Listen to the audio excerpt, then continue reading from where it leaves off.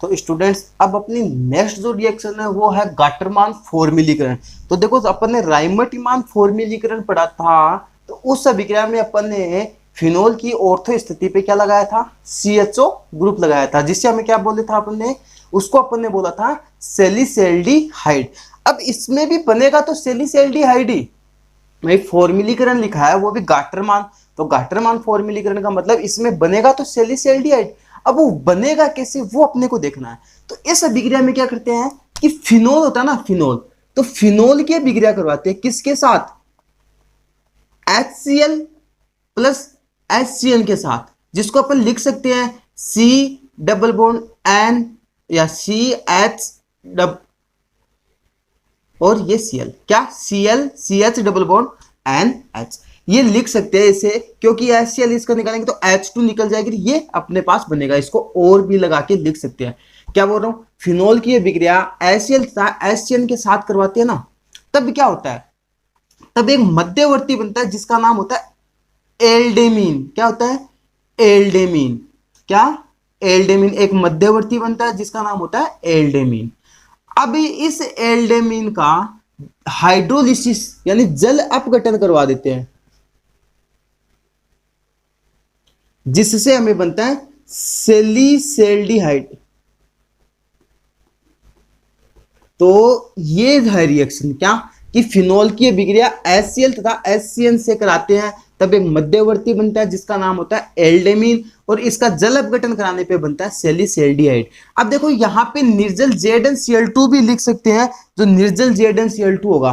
तो अब देखो इस अभिक्रिया में क्या होता है, अब अपन देखते हैं कि ये अभिक्रिया अपन बनाएंगे कैसे, लिखेंगे कैसे। तो सबसे पहले देखते हैं, ये अपने पास क्या है, फिनोल, तो फिनोल की अभिक्रिया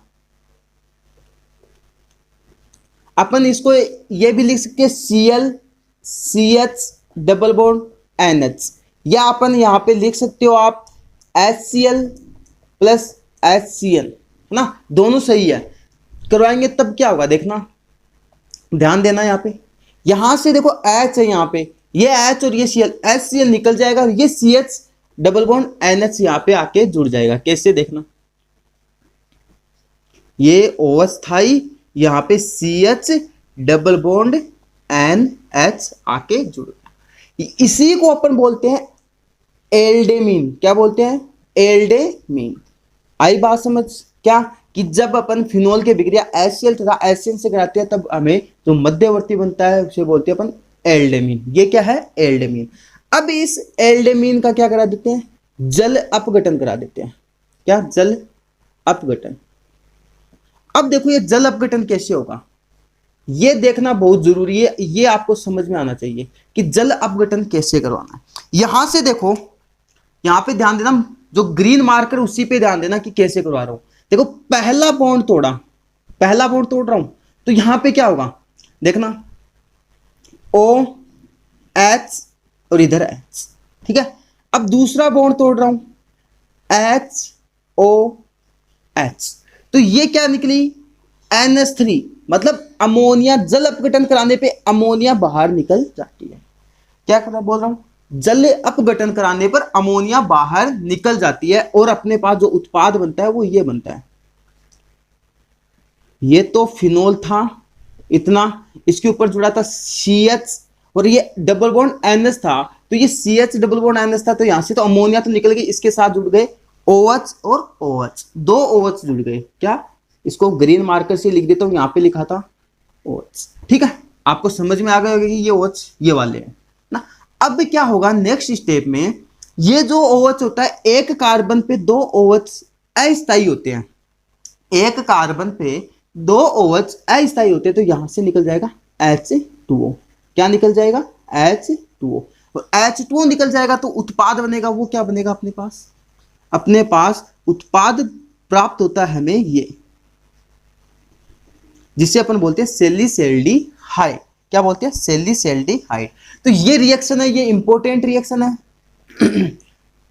सॉरी। तो इसमें अपन ने क्या किया स्टूडेंट्स, इसमें अपन ने किया कि फिनोल की अभिक्रिया HCl तथा HCN से कराते हैं, तब हमें एक मध्यवर्ती बनता है जिसे अपन बोलते हैं एल्डेमीन। हमें एक मध्यवर्ती प्राप्त हुआ जिसका नाम होता है एल्डेमीन। और एल्डेमीन देखो कैसे पहचानोगे, जब भी आपको एक बेंजीन रिंग है, उस बेंजीन रिंग पे OH जुड़ा है और उसके ऊपर अगर CH डबल बॉन्ड NH जुड़ा है, उसी को अपन बोलते हैं एल्डेमीन। क्या बोलते हैं? एल्डेमीन। तो अपने को क्या मिलता है? एल्डेमीन प्राप्त होता है। और इस एल्डेमीन का जल अपघटन कराते हैं तो अमोनिया निकलती है और ये बनता है। और एक कार्बन पे 2 OH होते हैं, वो स्थायी नहीं होते हैं, इसलिए H2O निकल जाता है और हमें सैलिसैल्डिहाइड प्राप्त हो जाता है। देखो ये रिएक्शन थी कि आपको पता होना चाहिए था कि कैसे बनती है। अब आप इसको एक सीधे एक लाइन में भी लिख सकते हो इस रिएक्शन को। कैसे? कि आपने ये बनाया फिनोल, यहां पे अगर आप देखो, अभी मैंने थोड़ी देर पहले बोला था, यहां पे आप लिखना चाहो तो लिख सकते हो निर्जल ZnCl2 लिख सकते हो, कोई दिक्कत नहीं उसमें, है ना। लेकिन देखो अगर याद भी नहीं रहता कोई दिक्कत नहीं है, और अगर लिख दिया तो भी सही है। यहां पे आ गया OH, ठीक है। अब इसकी रिएक्शन अपन सीधा करवा दें, Cl CH double bond NH, ठीक है। तो यहां पे जो बनेगा अपने पास प्रोडक्ट वो बनेगा एल्डेमीन। क्या बनेगा? एल्डेमीन। जो मध्यवर्ती बना था वो क्या था? एल्डेमीन। अब देखो यहां पे मैं सीधा इसका जल अपघटन करवा रहा हूं। क्या? सीधा जल अपघटन करवा रहा हूं। तो यहां पे सीधा ये दोनों बॉन्ड टूटेंगे, दोनों बॉन्ड टूटेंगे तो H2 गया था इसके पास, इसके पास O ही था, मतलब CHO बनाया था। तब क्या होगा? ये बन जाएगा अपने पास, सीधा भी लिख सकते हो आप इसको ऐसे, सैलिसैल्डिहाइड बन गया। तो ये थी अपनी रिएक्शन क्या? गाटरमान फॉर्म्युलीकरण, जिसके अंदर अपन ने बनाया कि सैलिसैल्डिहाइड का निर्माण कैसे होता है वो देखा अपन ने। तो सैलिसैल्डिहाइड का निर्माण देखा कि सबसे पहले एक मध्यवर्ती बनता है, मध्यवर्ती को एल्डेमीन कहते हैं, जिसका जल अपघटन कराने पर हमें सैलिसैल्डिहाइड प्राप्त होता है। और अगर अपन इस रिएक्शन को सीधा लिखना चाहें तो फिनोल की रिएक्शन सीधी कराएंगे तो ये एल्डेमीन बनता है, जिसका सीधा जल अपघटन कराएंगे तो हमें सैलिसैल्डिहाइड प्राप्त हो जाता है। तो ये थी अपनी क्या? गाटरमान फॉर्म्युलीकरण अभिक्रिया। तो स्टूडेंट्स अपनी अब जो नेक्स्ट रिएक्शन आती है वो होती है डफ अभिक्रिया। तो इस डफ अभिक्रिया में क्या होता है कि जब अपन फिनोल की अभिक्रिया, क्या बोल रहा हूं? फिनोल की अभिक्रिया हेक्सामेथिलीन, क्या? हेक्सामेथिलीन टेट्राएमीन से कराते हैं। हेक्सामेथिलीन टेट्राएमीन से किसकी उपस्थिति में? बोरिक अम्ल। क्या बोल रहा हूं? ध्यान से सुनना। जब अपन फिनोल की अभिक्रिया हेक्सामेथिलीन टेट्राएमीन और बोरिक अम्ल से कराते हैं, ग्लिसरॉल की उपस्थिति में इसको गर्म करते हैं। किसकी उपस्थिति में? ग्लिसरॉल। तो ग्लिसरॉल की उपस्थिति में गर्म करते हैं तो क्या होता है? हमें सैलिसैल्डिहाइड प्राप्त होता है।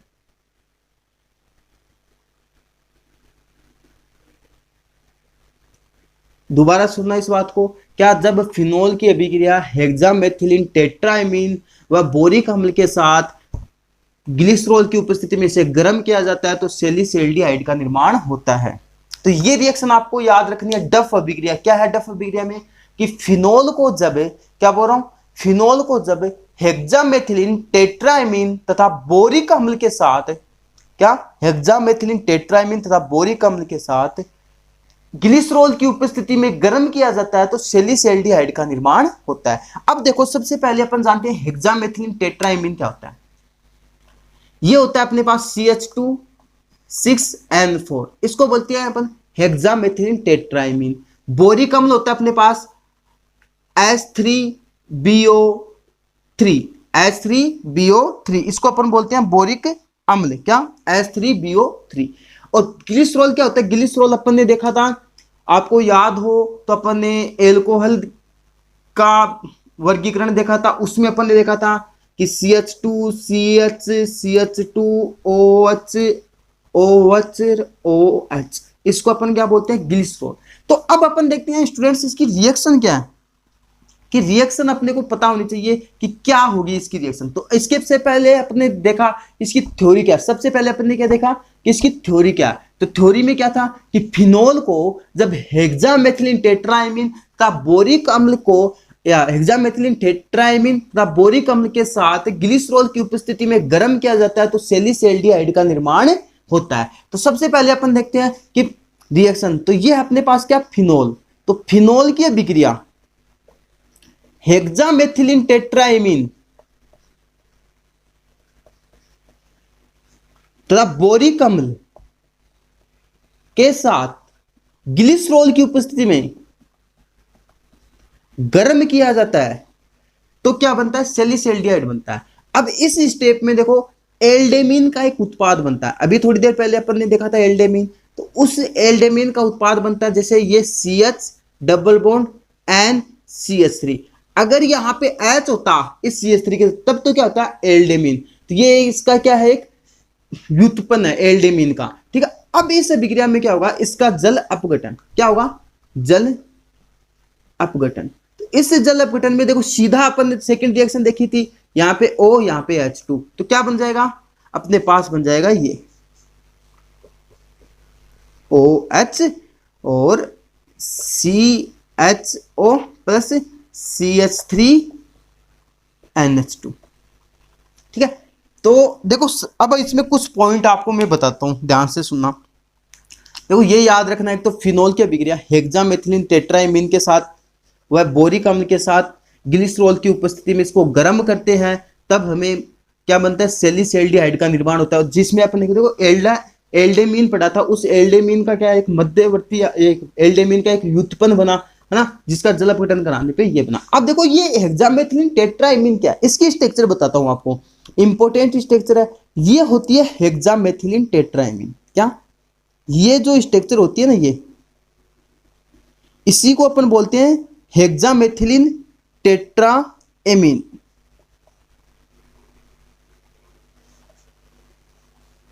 ये हेक्सामेथिलीन कितने, 1 2 3 4 5 1 ये 6, इसी को अपन बोलते हैं हेक्सामेथिलीन टेट्राएमीन। कैसे, देखो हेक्सामेथिलीन मतलब CH2 6 होने चाहिए, 1 2 3 4 5 और 6।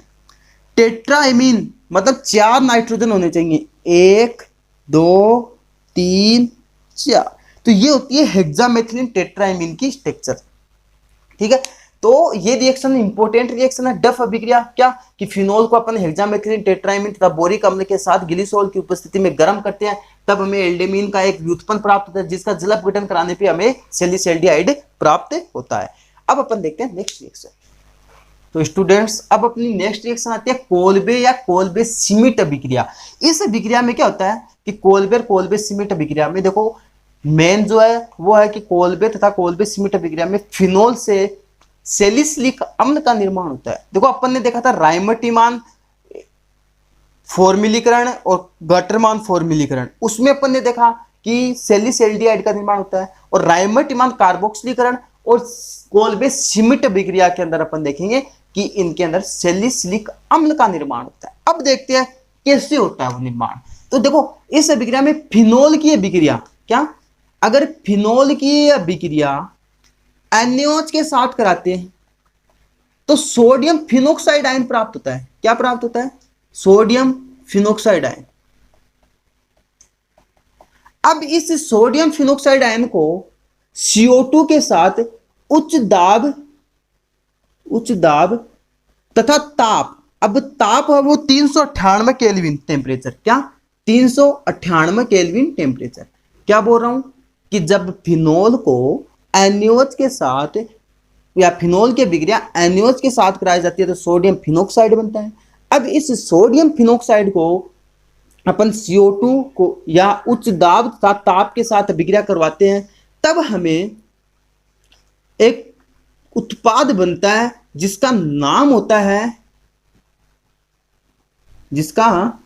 होता है सोडियम सैलिसिलेट। क्या सोडियम सैलिसिलेट। ये कैसे बना, देखो ये CO2 था, CO ये हो गया, Na यहां पे आया और ये यहां पे जो H था देखो ये H हटके यहां पे गया, और ये Na था ये CO के साथ जुड़ा, तो इसको अपन बोलते हैं सोडियम सैलिसिलेट। अब क्या होता है नेक्स्ट स्टेप में, अगर अपन इस सोडियम सैलिसिलेट का अम्लीकरण करवा देते हैं H+ की उपस्थिति में, तब क्या होता है सैलिसैल्डिहाइड का निर्माण होता है। देखो यहां पे H इधर चला जाएगा। अगर अपन HCl ले लेते हैं यहाँ पे, अम्लीय तो है एक तरह से, तो H plus Cl minus Cl इसके पास NaCl निकल जाता। तो ये प्रोडक्ट हमें प्राप्त होता है, जिसे अपन कहते हैं, जिसे अपन क्या कहते हैं, सैलिसिलिक अम्ल। क्या? सैलिसिलिक अम्ल। ठीक है, तो ये अभिक्रिया आपके एक नंबर की पूछ सकता है कि कोल्बे श्मिट अभिक्रिया लिखिए। तो कोल्बे श्मिट अभिक्रिया में क्या होता है स्टूडेंट्स? कोल्बे श्मिट अभिक्रिया में होता है कि जब फिनोल की अभिक्रिया NaOH के साथ कराई जाती है तो सोडियम फिनोक्साइड आयन प्राप्त होता है। इस सोडियम फिनोक्साइड को CO2 के साथ उच्च ताप तथा दाब के साथ अभिक्रिया करवाई जाती है तो हमें सोडियम सैलिसिलेट प्राप्त होता है। और इस सोडियम सैलिसिलेट का अगर अपन अम्लीकरण करवा देते हैं, यानी H प्लस की उपस्थिति में अभिक्रिया करवा देते हैं, तो हमें सैलिसिलिक अम्ल प्राप्त होता है। तो ये थी अपनी क्या, कोल्बे श्मिट अभिक्रिया। तो स्टूडेंट्स नेक्स्ट अपनी जो रिएक्शन आती है वो आती है हाइड्रोजनीकरण। हाइड्रोजनीकरण का मतलब कि अपन फिनोल की अभिक्रिया अगर हाइड्रोजन के साथ मतलब H2 के साथ कराते हैं तो ये अपने पास क्या है, फिनोल। अगर फिनोल की अभिक्रिया हाइड्रोजनीकरण करवाते हैं मतलब H2 के साथ कराते हैं और किसकी उपस्थिति में, निकल तथा पैलेडियम, तो ये क्या होता है, एक अपचयन होता है। क्या होता है? रिडक्शन होता है, जिससे क्या होता है, ये सारे जो बॉन्ड है बेंजीन के अंदर वो टूट जाते हैं और यहाँ पे हाइड्रोजन आ जाता है और अपने पास जो उत्पाद बनता है वो ये बनता है। देखो ये बॉन्ड टूटा, ये बॉन्ड टूट जाते हैं। टोटल हाइड्रोजन कितने स्टूडेंट? देखो आप खुद देखो, टोटल हाइड्रोजन कितने? 6 हाइड्रोजन। 6 हाइड्रोजन है, मैं इसको ग्रीन मार्कर से लिख रहा हूं, ध्यान देना। कितने हाइड्रोजन है टोटल? 3 दूनी 6 हाइड्रोजन है ना। अब देखो ये बॉन्ड तोड़ रहा हूं, ये बॉन्ड तोड़ रहा हूं सबसे पहले, तो एक हाइड्रोजन इसको दिया, एक हाइड्रोजन इसको दिया। ठीक है, अब ये बॉन्ड तोड़ रहा हूं तो एक हाइड्रोजन इसको और एक हाइड्रोजन इसको। अब ये बॉन्ड तोड़ रहा हूं तो एक हाइड्रोजन इसको और एक हाइड्रोजन इसको। तो ये जो उत्पाद प्राप्त होता है ये वाला है ना। इसको अपन बोलते हैं साइक्लो हेक्सेनोल। हेक्सेनोल, नोल क्यों लगाया? OH जुड़ा है इसीलिए। अपन देखो इसको अगर आप हेक्सेनोल बोल दोगे तो आपका गलत हो जाएगा, क्योंकि ये कि साइक्लिक रिंग है, तो साइक्लिक होने के कारण इसके पहले अपन क्या लगाते हैं, साइक्लोहेक्सेनोल। तो ये थी अपनी क्या, हाइड्रोजनीकरण अभिक्रिया। इस हाइड्रोजनीकरण अभिक्रिया में क्या होता है स्टूडेंट्स? इस अभिक्रिया में अगर अपन फिनोल की अभिक्रिया H2 के साथ निकल तथा पैलेडियम की उपस्थिति में कराते हैं तो क्या होता है, अपने को जो ये बॉन्ड होते हैं वो रिडक्शन हो जाता है। एक तरह से क्या, ये रिडक्शन अभिक्रिया, अपचयन अभिक्रिया, मतलब बॉन्ड टूट गए, तो बॉन्ड टूट गए मतलब साइक्लोहेक्सेनोल का निर्माण हो जाता है। स्टूडेंट्स अब अपना जो नेक्स्ट रिएक्शन आती है अपनी वो है फ्रिस पुनर्विन्यास अभिक्रिया। अब देखो इसमें पुनर्विन्यास आ गया तो इसमें क्या होगा, पुनर्विन्यास होगा, मतलब एक जगह से हटके दूसरी जगह पे जुड़ेगा। अब वो पुनर्विन्यास होगा तो वो कैसे होगा, ये रिएक्शन कैसे होगी, इसमें क्या प्रोडक्ट बनेगा वो जानते हैं अपन। तो सबसे पहले अपन करते हैं कि फिनोल की अभिक्रिया। देखो इस फ्रिस पुनर्विन्यास को याद रखना आपको, इसको आप 7 स्टार लगा लो भाई, लगा ही डालो। 7 स्टार लगा डाला तो लाइफ में क्वेश्चन सही कर डाला, है ना। तो क्या बोल रहा हूं कि जब अपन फिनोल की अभिक्रिया, क्या बोल रहा हूं, फिनोल की अभिक्रिया करवा रहे हैं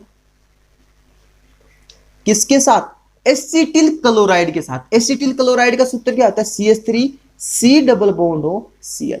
इसको अपन बोलते हैं एसिटिल क्लोराइड। कि जब फिनोल की अभिक्रिया एसिटिल क्लोराइड के साथ कराई जाती है तब देखो यहां से H और यहां से Cl, HCl तो निकल जाता है और यहां पे ये प्रोडक्ट बन जाता है OC डबल बॉन्ड हो CH, जिसको अपन फेनिल एस्टर कहते हैं। क्या कहते हैं, फेनिल एस्टर। इतनी बात आई समझ में क्या, कि जब इस फ्रिस पुनर्विन्यास में क्या कहेंगे अपन, कि जब फिनोल की अभिक्रिया एसिटिल क्लोराइड के साथ कराई जाती है तो फेनिल एस्टर का निर्माण होता है। अब जो नेक्स्ट स्टेप होगी वो इंपॉर्टेंट। अगर अब आगे अपन इस फेनिल एस्टर की अभिक्रिया में पुनर्विन्यास कराएंगे तो वो पुनर्विन्यास कैसे होगा, वो पुनर्विन्यास ऐसे होगा कि अगर नाइट्रोबेंजीन में, क्या नाइट्रोबेंजीन में निर्जल ZnCl2 के साथ अभिक्रिया करा दे, क्या नाइट्रोबेंजीन में निर्जल निर्जल AlCl3, क्या निर्जल AlCl3, यहां पे क्या लेते हैं फ्रिस पुनर्विन्यास में निर्जल AlCl3 काम में लेते हैं, क्या फ्रिस पुनर्विन्यास में निर्जल AlCl3 काम में लेते हैं। तो क्या हुआ कि जब अपन फेनिल एस्टर की अभिक्रिया नाइट्रोबेंजीन में निर्जल AlCl3 की उपस्थिति में कराते हैं तब होता है पुनर्विन्यास, क्या होता है तब होता है पुनर्विन्यास। अब उस पुनर्विन्यास में क्या बनेगा, इसमें बनेगा ऑर्थो हाइड्रोक्सी एसिटोफिनोन तथा पैरा हाइड्रोक्सी एसिटोफिनोन। ये नाम सुना सुना सा लग रहा है भाई मेरे को, तो याद करो कहां पे पढ़ा था। अरे नालायक को, फ्रीडल क्राफ्ट अभिक्रिया में एसिटिलीकरण पढ़ा था, उस एसिटिलीकरण के अंदर ही तो पढ़ा था, याद आया। अरे याद आया, उसमें ऑर्थो हाइड्रोक्सी एसिटोफिनोन तथा पैरा हाइड्रोक्सी एसिटोफिनोन उत्पाद बनते हैं। तो वो कैसे बने कि देखो अब यहां पे होगा पुनर्विन्यास, क्या होगा पुनर्विन्यास। तो जो ये H था वो तो इसके साथ, और ये जो C डबल बॉन्ड O और ये था ये इस कार्बन पे आके जुड़ जाता है। कैसे देखना, ये एक उत्पाद तो ये बनेगा अपने पास OH और इसकी ऑर्थो स्थिति पे C double bond O CH3, और एक उत्पाद अपने पास बनेगा ये OH और इसकी पैरा स्थिति पे C double bond O CH3। तो ये दो उत्पाद बनते हैं, इसको अपन बोलते हैं ऑर्थो हाइड्रोक्सी एसिटोफिनोन, इसको अपन बोलते हैं पैरा हाइड्रोक्सी एसिटोफिनोन। क्या ऑर्थो हाइड्रोक्सी एसिटोफिनोन, इसको अपन बोलते हैं पैरा हाइड्रोक्सी एसिटोफिनोन ना। तो ये दो चीजें, तो ये अभिक्रिया आपको याद रखनी है, क्या फ्रिस पुनर्विन्यास अभिक्रिया। फ्रिस पुनर्विन्यास अभिक्रिया इंपॉर्टेंट अभिक्रिया, आपको क्वेश्चन पूछा जाएगा, 99% चांसेस है यहां से क्वेश्चन बनने के। तो क्या याद रखोगे, जब फिनोल की अभिक्रिया एसिटिल क्लोराइड के साथ कराई जाती है तो फेनिल एस्टर का निर्माण होता है। इस फेनिल एस्टर के अगर आगे अपन नाइट्रोबेंजीन की उपस्थिति में निर्जल AlCl3 के साथ अभिक्रिया कराते हैं तो हमें ऑर्थो हाइड्रोक्सी एसिटोफिनोन तथा पैरा हाइड्रोक्सी एसिटोफिनोन प्राप्त होते हैं। तो ये जो अभिक्रिया अपन ने नाभिक इलेक्ट्रॉन से प्रतिस्थापन अभिक्रिया पढ़ी थी, जो अपन या बेंजीन वाले पे अभिक्रिया पढ़ी थी फिनोल की, वो संपन्न हुई, वो कंप्लीट की अपन ने। तो अपन ने 3 अभिक्रिया कंप्लीट कर लिया बेंजीन फिनोल की, कौन कौन सी, जिसमें OH बंध का विदलन होता हो, जिसमें CO बंध का विदलन होता हो, और वे अभिक्रिया जिसपे मतलब बेंजीन रिंग पे आक्रमण होता है, बेंजीन रिंग पर होने वाली अभिक्रिया, या अपन जिसको अपन ने अलग नाम दिया था इलेक्ट्रॉन से प्रतिस्थापन अभिक्रिया है। अब अपनी जो लास्ट अभिक्रिया आती है फिनोल की, वो आती है संघनन अभिक्रिया। क्या संघनन अभिक्रिया। तो स्टूडेंट्स अब अपन फिनोल की लास्ट अभिक्रिया पढ़ते हैं, क्या संघनन अभिक्रिया 4th नंबर। अब इनमें भी संघनन अभिक्रियाओं में भी अपन 3-4 रिएक्शन पढ़ेंगे। उसमें सबसे पहली अपनी है कि फिनोल की एसीटोन के साथ अभिक्रिया। तो इसमें क्या है कि फिनोल की अगर सांद्र H2SO4 की उपस्थिति में अभिक्रिया करवाई जाती है, किसके साथ, एसीटोन के साथ, तब हमें बिसफिनोल A प्राप्त होता है। क्या बिसफिनोल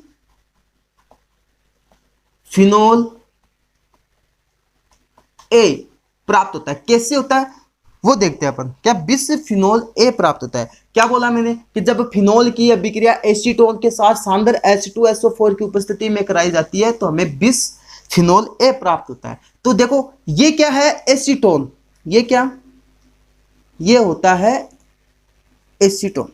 इसकी अभिक्रिया फिनोल के साथ कराई जाए, ये है अपने पास क्या, ये होता है फिनोल। ये क्या है, फिनोल के 2 मोल है, 2 मॉलिक्यूल है, 2 यूनिट है अपने पास। तो क्या होगा, और किसकी उपस्थिति में कराई जाती है, सांद्र H2SO4 की उपस्थिति में।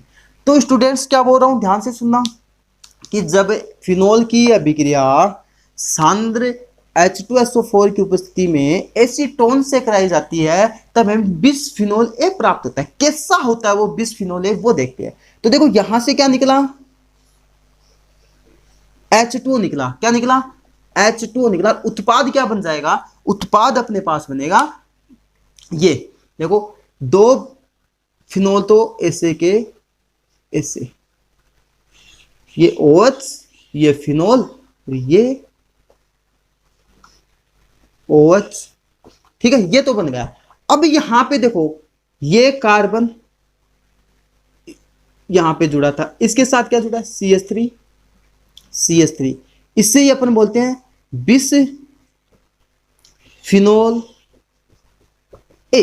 तो ये आपको याद रखना है क्या, कि फिनोल की जो संघनन अभिक्रियाएं हैं उनके अंदर सबसे पहली जो रिएक्शन आती है वो होती है कि फिनोल की एसीटोन के साथ अभिक्रिया। तो फिनोल की एसीटोन के साथ अभिक्रिया क्या है, कि जब फिनोल की सांद्र H2SO4 की उपस्थिति में अगर एसीटोन से अभिक्रिया कराई जाती है तो हमें क्या प्राप्त होता है, बिसफिनोल ए प्राप्त होता है। यहाँ पे ये CH3 है, कहीं कहोगे सर क्या लिख दिया, दिखाई नहीं दे रहा है, अब दे रहा है CH3 है ना।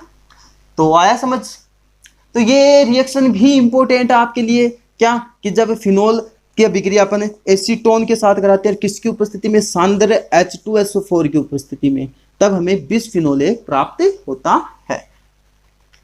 तो स्टूडेंट्स अब अपन नेक्स्ट रिएक्शन पढ़ते हैं, वो है फिनोल की बेंजीन डाइएजोनियम लवण के साथ अभिक्रिया। अब ये बेंजीन डाइएजोनियम लवण क्या होता है, ये देखो अपन ने पढ़ा है बेंजीन डाइएजोनियम लवण का सूत्र ये होता है, ये बेंजीन थी, ये N2, ये Cl, N2 प्लस और Cl माइनस, जिसको अपन क्या लिख सकते हैं, अपन ऐसे भी लिख सकते हैं N डबल बॉन्ड N और Cl। ठीक है, और इसको युग्मन अभिक्रिया क्यों बोलते हैं, क्योंकि इस अभिक्रिया में योग होता है, युग्मन, दो यूनिट आपस में जुड़ती हैं, इसीलिए उसको युग्मन या कपलिंग रिएक्शन, युग्मन को इंग्लिश में क्या बोलते हैं, कपलिंग रिएक्शन, मतलब कपल्ड होंगी, मतलब जुड़ेंगी। तो क्या हुआ कि इस रिएक्शन में क्या होता है वो देखना अपने को, कि देखो अपने को पता होना चाहिए, फिनोल का पता है सबको कि फिनोल क्या होता है, बेंजीन डाइएजोनियम लवण क्या होता है N2Cl, जिसको अपन ये से भी लिख सकते हैं, युग्मन का मतलब दो यूनिट जुड़ेंगी। अब इस रिएक्शन में क्या होता है वो देखना है। देखो ये अपने पास क्या है, फिनोल, तो फिनोल की अभिक्रिया, क्या बोल रहा हूं, फिनोल की अभिक्रिया बेंजीन डाइएजोनियम लवण के साथ, तो बेंजीन डाइएजोनियम लवण को ऐसे लिख रहा हूं Cl N double bond N, और ये क्या है, बेंजीन डाइएजोनियम लवण, ठीक है, के साथ कराई जाती है। तो यहां से देखो HCl निकल जाता है, क्या HCl तो निकल जाता है, और ये दोनों यूनिट आपस में जुड़ जाती है, तो ये उत्पाद अपने पास बनता है, ये उत्पाद बन जाता है N डबल बॉन्ड N, और ये बेंजीन, इस यूनिट को आपस में जुड़ती हैं, देखो दो यूनिट आपस में जुड़ी, इसीलिए इसको युग्मन अभिक्रिया बोलते हैं।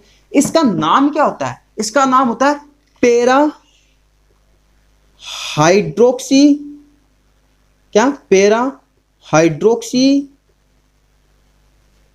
एजो, नाइट्रोजन है तब एजो बेंजीन, पेरा हाइड्रोक्सी एजो बेंजीन।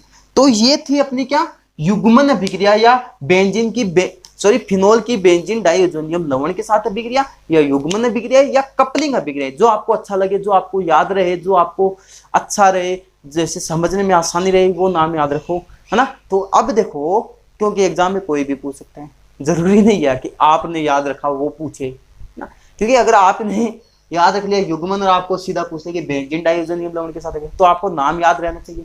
तो इस अभिक्रिया में क्या होता है कि जब फिनोल की अभिक्रिया बेंजीन डाइएजोनियम लवण के साथ कराते हैं तो हमें पेरा हाइड्रोक्सी एजोबेंजीन प्राप्त होता है। और वो पेरा हाइड्रोक्सी एजोबेंजीन कैसे प्राप्त हुआ, यहाँ से HCl निकला, ये दोनों यूनिट आपस में जुड़ गई, इसी को अपन बोलते हैं पेरा हाइड्रोक्सी एजोबेंजीन।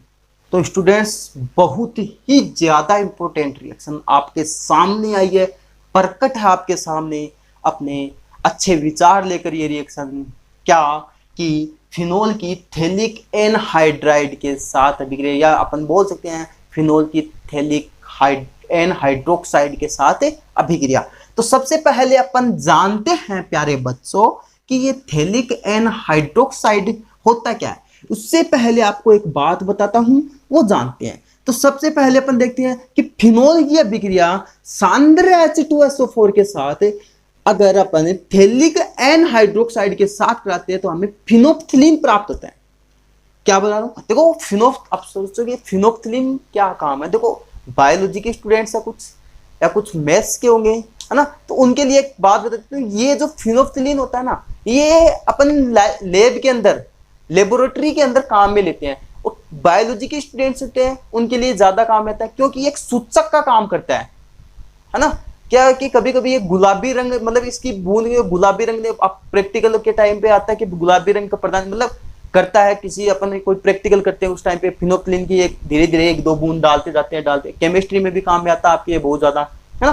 तो ये आपको एक लेबोरेटरी में बहुत अच्छा काम में आने वाला एक कंपाउंड है फिनोल्फ्थलीन, जिसके अपन स्ट्रक्चर भी देखेंगे, और ये एक सूचक का काम करता है लेबोरेटरी में। तो देखो अपन इस अभिक्रिया में होता क्या।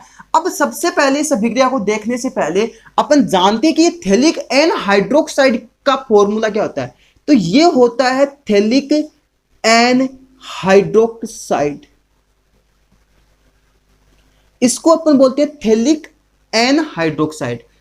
अब देखो, जब अपन फिनोल की अभिक्रिया, क्या बोल रहा हूं, थैलिक एन हाइड्रोक्साइड के साथ कराएंगे तब क्या होगा।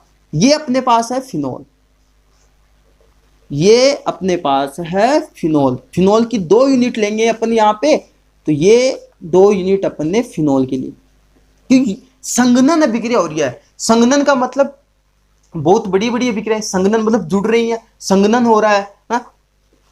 तो सॉरी बच्चों, फिनोल की अभिक्रियाएं अपन थैलिक एन हाइड्रोक्साइड के साथ कराते हैं। तो ये अपन ने बना दिया, मैं इसको ग्रीन मार्कर से लिखता हूं, आपको समझने में आसानी, आपको अच्छे से समझ में आएगा।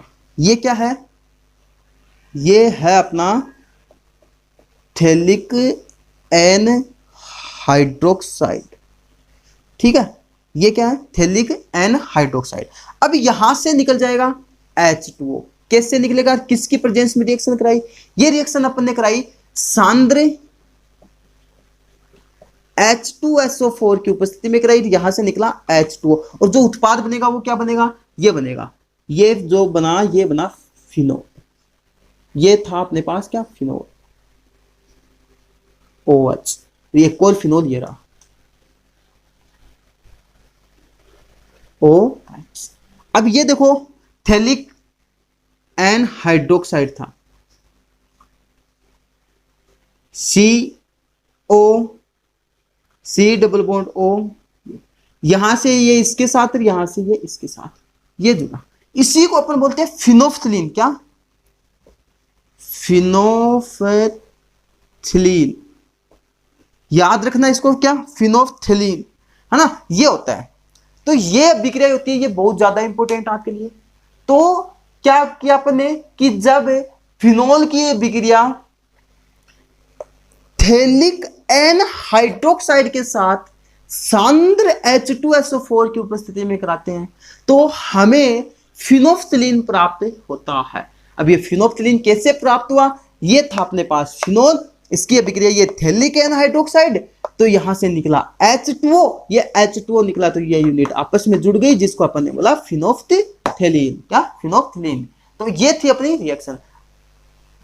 तो स्टूडेंट्स, अब अपनी जो नेक्स्ट रिएक्शन आती है कि फिनोल की अभिक्रिया अपन फॉर्मेल्डिहाइड के साथ कराते हैं, तब क्या होता है, जिसे अपन लेडरल मानासे रिएक्शन भी कहते हैं। नेम रिएक्शन है, इंपॉर्टेंट रिएक्शन है, क्योंकि नेम रिएक्शन से क्वेश्चन हर साल आता है। तो क्या, लेटरल मानासे रिएक्शन, इस रिएक्शन में होता क्या है वो देखते हैं कि जब अपन फिनोल की अभिक्रिया, क्या बोल रहा हूं, फिनोल की अभिक्रिया फॉर्मेल्डिहाइड के साथ, देखो फॉर्मेल्डिहाइड क्या होता है, HCHO, जिसको अपन क्या लिख सकते हैं, CH2O के साथ कराते हैं, किसकी उपस्थिति में, तनु अम्ल तथा तनुक्षार की उपस्थिति में करवाते हैं, तब हमें जो उत्पाद प्राप्त होता है वो क्या होता है, देखना, ये बनता है अपने पास OH, और यहां पे आ जाएगा CH2OH, जिसका नाम होता है पैरा हाइड्रोक्सी बेंजोइल एल्कोहल। क्या,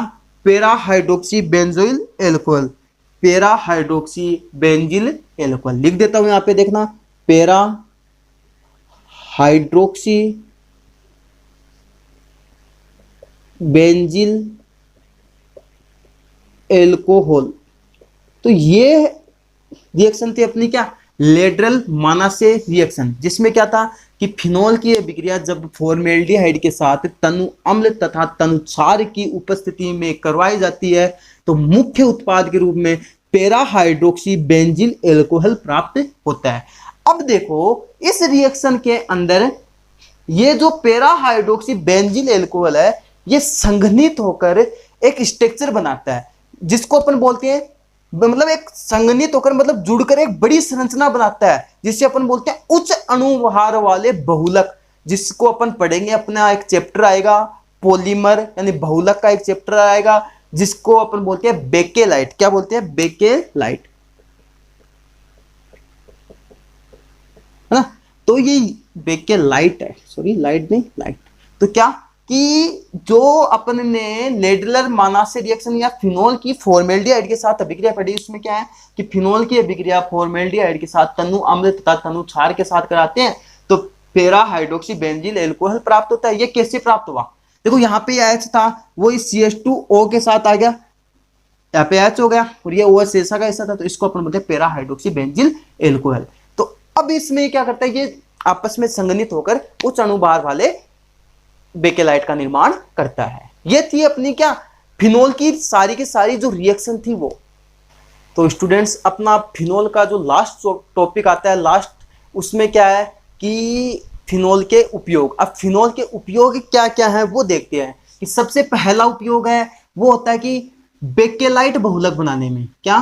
बेकेलाइट बहुलक, अभी अपन ने देखा है थोड़ी देर पहले, बहुलक बनाने में। सेकेंड जो उपयोग आता है वो आता है अपना कि इसका उपयोग पिक्रिक अम्ल के निर्माण में भी काम आता है। क्या?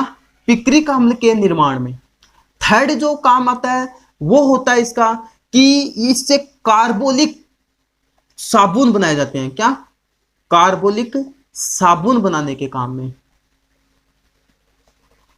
और जो फोर्थ आता है उपयोग वो होता है इसका कि इससे कीटनाशी दवाइयां बनाई जाती हैं, कीटनाशी दवाइयों के निर्माण में।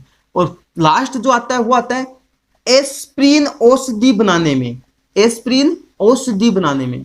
अब देखो ये क्या है, इन सबके मतलब फिनोल के उपयोग है उसमें सबसे पहला कि देखो 4-5 उपयोग अपने पास। क्या? कि बेकेलाइट बहुलक बनाने में, पिक्रिक अम्ल का निर्माण करने में, कार्बोलिक साबुन बनाने के लिए, कीटनाशी दवाइयां बनाने के लिए और एस्प्रिन औषधि बनाने के लिए। अब देखो ये होती क्या एस्प्रिन, ये आपके एस्प्रिन से कई बार क्वेश्चन आ जाता है कि एस्प्रिन का सूत्र लिखो या एस्प्रिन का संरचना सूत्र लिखो। तो एस्प्रिन का संरचना सूत्र होता है वो ये होता है, देखो ये एस्प्रिन का संरचना सूत्र होता है।